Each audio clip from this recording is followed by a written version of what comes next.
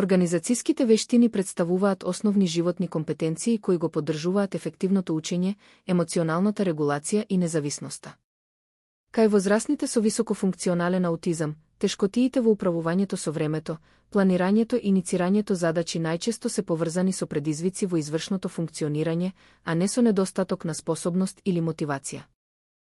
Овој модул ја нагласува важноста на структурираните рутини, јасните распореди и добро организираните физички и дигитални средини за учење. Се промовираат инклузивни стратегии водени од едукаторот, како што се визуелни распореди, анализа и распределба на задачите, предвидливи рутини и техники за намалување на когнитивното оптоварување.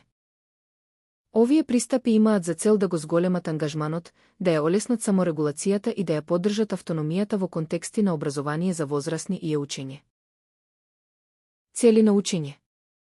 До крајот на овој модул, едукаторите ќе можат да ги објаснат предизвиците поврзани со организацијските вештини кај возрастни лица со аутизам. Дизајнираат структурирани и инклузивни средини за учење што ја поддржуваат организацијата и саморегулацијата. Применуваат стратегии за намалување на анксиозноста и когнитивното оптоварување кај учесниците. Промовираат развој на независност, самодоверба и адаптивно функционирање. Придонесуваат кон подобрување на квалитетот на живот кај возрастните со аутизам преку соодветни образовни практики. Што се тоа организацијски вештини? Организацијските вештини се основни животни и компетенции за учење кои им овозможуваат на поединците ефикасно да планираат, да даваат приоритет, да иницираат и да завршуваат задачи.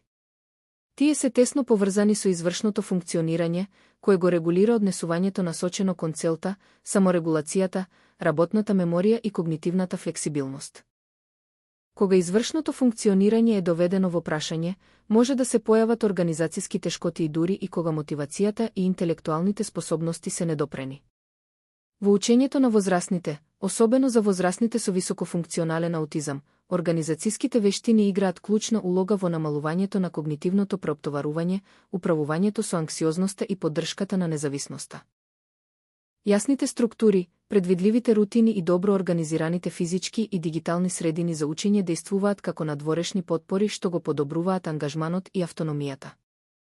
Од перспектива на инклузивното образование, организацијските вештини не се индивидуални дефицити, туку споделени одговорности обликувани од дизајнот на учењето, практиките на едукаторите и структурата на животната средина.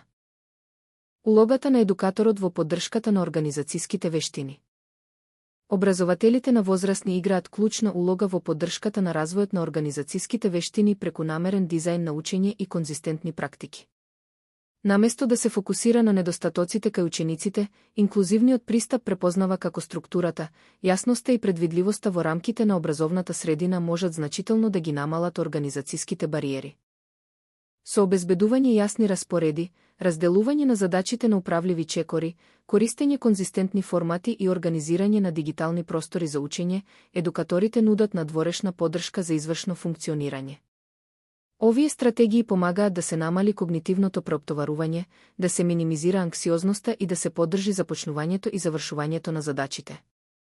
Со текот на времето, организацијската поддршка предводена од едукатор може да поттикне самоуправување, независност и самодоверба, овозможувајќи им на возрастните ученици, особено на оние со високофункционален аутизам, поефикасно да се вклучат во образованието и секојдневниот живот.